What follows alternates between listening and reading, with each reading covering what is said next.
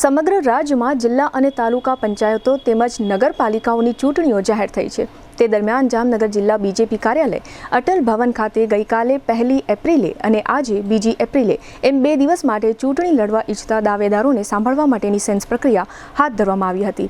આ તકે પ્રદેશ નિરીક્ષકો ઉપરાંત જિલ્લા બીજેપીના અધ્યક્ષ ડોક્ટર વિનોદ ભંડેરી તથા મહામંત્રી કુમાર પાલસિંહ રાણા વગેરે હોદ્દેદારો ઉપસ્થિત રહ્યા હતા। પ્રદેશમાંથી નિરીક્ષકો તરીકે આવેલા કુલ 6 નિરીક્ષકોના 2 ગ્રુપ બનાવવામાં આવ્યા હતા, જે પૈકી એક ગ્રુપમાં ગાંધીનગર જિલ્લા બીજેપીના પૂર્વ પ્રમુખ નિલેશ શાહ, પ્રદેશ મહિલા મોરચાના મહામંત્રી મીનાબેન પ્રજાપતિ અને જનકભાઈ પટેલ હાજર રહ્યા હતા।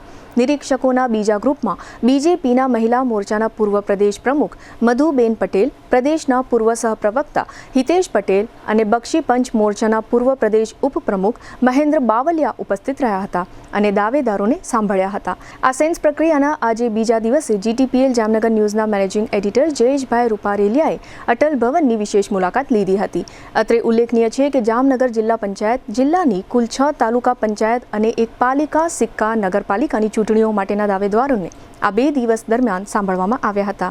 આ સમગ્ર સેન્સ પ્રક્રિયા અંગે જિલ્લા બીજેપી અધ્યક્ષ ડોક્ટર વિનોદ ભંડેરી અને મહામંત્રી કુમાર પાલસિંહ રાણાએ આપેલી વિગતો પ્રસ્તુત છે। ગઈકાલથી 24 જિલ્લા પંચાયત એટલે કે એક જિલ્લા પંચાયત, 6 તાલુકા પંચાયત અને એક સિક્કા નગરપાલિકાની ચૂંટણીની સેન્સની પ્રક્રિયા પ્રદેશમાંથી નિરીક્ષકો આવી ગયા છે।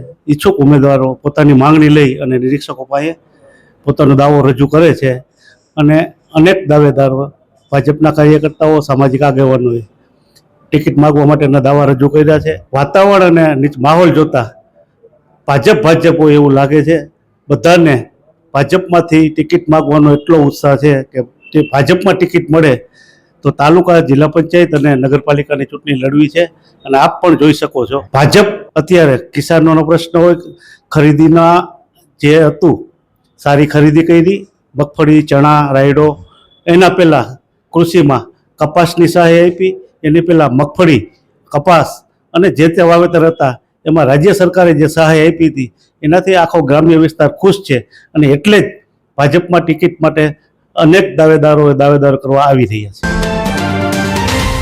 પ્રદેશ ભારતીય જનતા પાર્ટીની સૂચના અનુસાર ગઈકાલે અને આજે સતત 2 દિવસથી જિલ્લા પંચાયત, તાલુકા પંચાયત અને નગરપાલિકા 6 તાલુકા પંચાયત, એક જિલ્લા પંચાયત અને એક નગરપાલિકાની ચૂંટણીઓ જામનગર જિલ્લાની જે યોજાવા જઈ રહી છે સ્થાનિક સ્વરાજ્યની, એના માટે જે કોઈ દાવેદારી કરવા ઈચ્છતા હોય, ચૂંટણી લડવા ઈચ્છતા હોય એવા દાવેદારોને પ્રદેશની નિરીક્ષકો દ્વારા 2 ટીમ બનાવી અને સાંભળવામાં આવી રહ્યા છે।